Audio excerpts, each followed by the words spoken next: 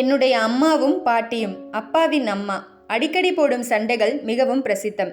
இருவருக்கும் புரிதல் என்பது சற்றும் கிடையாது. இருந்தும் நாங்கள் கூட்டு குடும்பத்தில்தான் உழன்று கொண்டிருந்தோம். என்னுடைய அறியா பருவத்திலேயே வாயில் விரல் வைத்து சூப்பும் பழக்கம் என்னை தொற்றிக்கொண்டது. வலது கை பெருவிரலை வாயில் வைத்து சூப்பும் பழக்கம் எனக்கு எப்படி வந்தது என்று எனக்கு தெரியாது. ஆனால் அந்த பழக்கத்தை என்னிடம் நிறுத்த என் பாட்டி எத்தனை முயற்சிகள் எடுத்தார் என்பது மட்டும் நிறையவே எனக்கு தெரியும். ஒரு நாள் இரவு நான் நன்றாக தூங்கிக் கொண்டிருந்தேன். அப்போது எனக்கு 3 வயது. நான் அயர்ந்து தூங்குவதை பார்த்து இதுதான் நல்ல சமயம் என்று என்னுடைய பாட்டி மெதுவாக எழுந்து போய் வேப்பெண்ணெய் இருந்த பெரிய புட்டியை எடுத்து வந்து சப்தம் காட்டாமல் என் அருகில் வந்து உட்கார்ந்திருக்கிறாள். அதென்னமோ தூங்கும்போதுதான் என் வலது கை பெருவிரல் ஆணி அடித்தார் போன்ற இறுக்கத்துடன் என் வாய்க்குள் மிக பத்திரமாக இருக்கும். பாட்டியும் ஆணியை பிடித்து இழுப்பது போல என் பெருவிரலை பிடித்து அசைத்து இழுத்திருக்கிறாள். உடனே பாட்டி வேப்பெண்ணெயை தொட்டு தொட்டு என் வலது கை பெருவிரல் பூராவும் நன்றாக தடவி இருக்கிறாள். தடவி முடிந்ததும் திருப்தியுடன் பாட்டி புட்டியுடன் எழுந்து கொண்டாள்.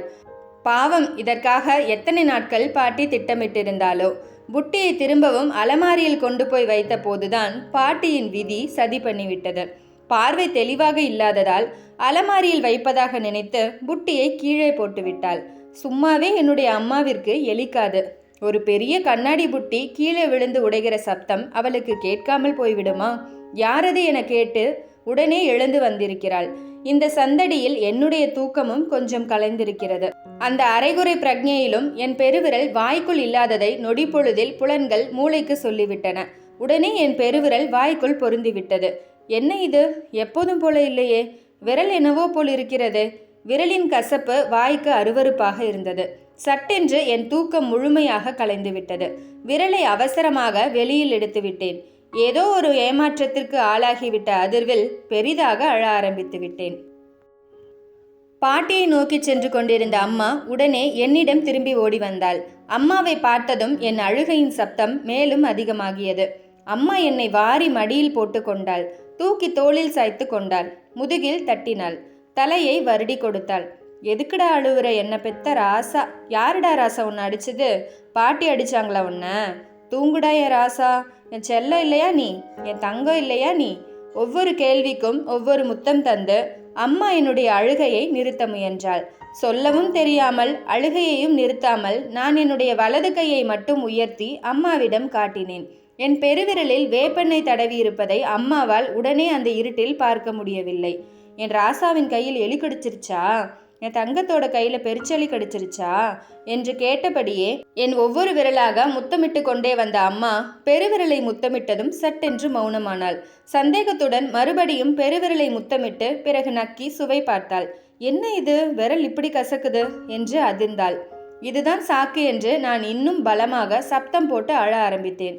ஏதோ என்ன மாதிரி இருக்கு என்றபடியே சந்தேகத்துடன் அம்மா திரும்பி பாட்டியை பார்த்தாள். ஒரு பக்கம் விடாமல் நான் அழுது கொண்டிருக்கிறேன். இன்னொரு பக்கம் புட்டியை கீழே போட்டு உடைத்துவிட்டு நடுங்கியபடி பாட்டி நின்று கொண்டிருக்கிறாள். அம்மாவால் என் அழுகையை தாங்கிக் கொள்ளவே முடியாது. அப்படி ஒரு செல்ல பிள்ளை நான். குற்றவாளியாக நிற்கும் பாட்டியையும் சகித்து கொள்ள முடியாது அம்மாவால். பாட்டி அப்படி ஒரு ஏற்கத்தகாத மாமியார் அம்மாவிற்கு. இந்த 2 போதாதா பெண்களிடையே யுத்தம் மூல? அதுவும் இல்லாமல் இந்த மாமியார் மருமகள் போர்தான் நமது நாட்டின் மனமாட்சி ஆயிற்றே. அந்த மனமாட்சி நடுநிசி என்று கூட பார்க்கப்படாமல் பட்டொலி வீசி பறக்க தொடங்கியது. என்னத்துக்கு இப்ப தூங்கிட்டு இருந்தவன் விரல்ல போய் இப்படி வேப்பெண்ணையை தடவுனீங்க? 4 வயசாக போகுது, இன்னும் இது இப்படி கையை சூப்புதேன்னு பூசுனேன். என் பிள்ளை கையையும் சூப்பும் காலையும் சூப்பும், அதுக்காக வேப்பெண்ணையை தடவுறதா? வேற எந்த எண்ணெயை தடவ சொல்ற? நான் உங்களை எந்த எண்ணெயும் தடவ சொல்லல. நல்லது செஞ்சா கூட இந்த காலத்துல பொல்லாப்பா இருக்கு. இனிமே ஒண்ணுமே நான் தடவலடி அம்மா, தடவல. உன் பிள்ளைய நல்லா கல்யாணம் ஆகிற வரைக்கும் கையை சூப்ப சொல்லு. பிள்ளை வளர்க்குறாளாம் பிள்ளை. நானும் தான் 9 பிள்ளைகளை பெற்று வளர்த்துருக்கேன். இப்படியா கையையும் காலையும் சூப்புனதுக? சும்மா வார்த்தையை விட வேணாம். நீங்கள் பிள்ளை வளர்த்த லட்சணம் எனக்கு தெரியும். 10 வயசு ஆன அப்புறம் படுக்கையில் மூத்திரம் போனது உங்கள் பிள்ளை தான், என் பிள்ளை கிடையாது. இதற்கு பாட்டியால் பதில் சொல்ல முடியவில்லை. அம்மாவையும் என்னையும் அழகு காட்டிவிட்டு உள்ளே ஓடி போனாள். போனால் போகிறாள், இன்று போய் நாளை வா என்று அம்மாவால் சமாதானமாக அடங்கி போக முடியவில்லை. கையை வீசிக்கிட்டு சும்மா உள்ளே ஓடி போயிட்டா எப்படி? உடஞ்சி கிடக்கிற பாட்டிலை எடுத்து போட்டு எண்ணெயை துடைக்கிறது யாரு என கோபத்துடன் கத்தினாள். பாவம் பாட்டி திரும்பவும் வந்தாள். முனகி கொண்டே புட்டியின் உடைந்த துண்டுகளை முறம் எடுத்து வந்து அள்ளி போட்டாள். பழைய துணியால் எண்ணெய் கொட்டி கிடந்த தரையை நன்றாக துடைத்தாள். அம்மா என் விரலை அவளின் சேலை தலைப்பால் சுத்தமாக துடைத்துவிட்டு என் பக்கத்திலேயே படுத்துக்கொண்டாள்.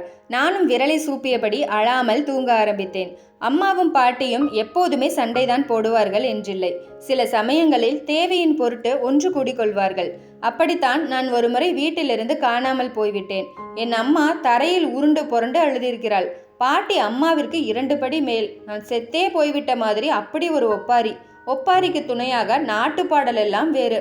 பிறகு தாத்தா தான் பாட்டியை திட்டி அடக்கியிருக்கிறார். பெண்களே கொஞ்சம் வினோதம்தான். தினம் தினம் எலியும் பூனையுமாய் முறைத்து கொண்டிருப்பவர்கள் ஏதேனும் துக்கம் வந்துவிட்டால் ஒன்று இருவருமே எலியாகி விடுவார்கள், இல்லை இருவருமே பூனையாகி விடுவார்கள். என்ன காணோம் என்ற துக்கத்தில் அம்மாவும் பாட்டியும் கூட்டணி அமைத்து அழ ஆரம்பித்து விட்டார்கள். ஆனால் ஒரு விஷயம், எப்பேற்பட்ட கூட்டணியாக இருந்தாலும் சரி, காரியம் முடிந்ததும் கூட்டணி உடைந்து போய்விடும். சற்று வயதானவுடன் விரல் சூப்பும் பழக்கம் எனக்கு நின்றுவிட்டது. என்னுடைய 10வது வயதில் பாட்டி திடீரென இறந்து போனாள். இத்தனை வருடங்களும் பாட்டியுடன் சதா கச்சை கட்டி கொண்டு சண்டையிட்ட அம்மா பாட்டி செத்தவுடன் மார்பிலும் தலையிலும் அடித்து கொண்டு தரையில் உருண்டும் புரண்டும் அழுதாள். அதை பார்த்த ஊர்ஜனம் பூராவும் அப்படியே வாய்ப்பிழந்து நின்றுவிட்டது. எனக்கே கூட அம்மாவின் அழுகை ரொம்ப ஓவராக தெரிந்தது. அதன் பிறகு அம்மா பல நாட்களுக்கு திக்பிரமை பிடிச்ச மாதிரி வீட்டின் மோட்டு வலையை பார்த்தபடி அமர்ந்திருந்தாள். அடிக்கடி பெருமூச்சாய் விட்டு கொண்டிருந்தாள். அவள் பேசுகிறதே மிகவும் குறைந்து போய்விட்டது. அப்படியே பேசினாலும் மிக மெல்லிய குரலில் பேசுவாள். இந்த அமைதி எங்கள் வீட்டிற்கு மிகவும் புதிது.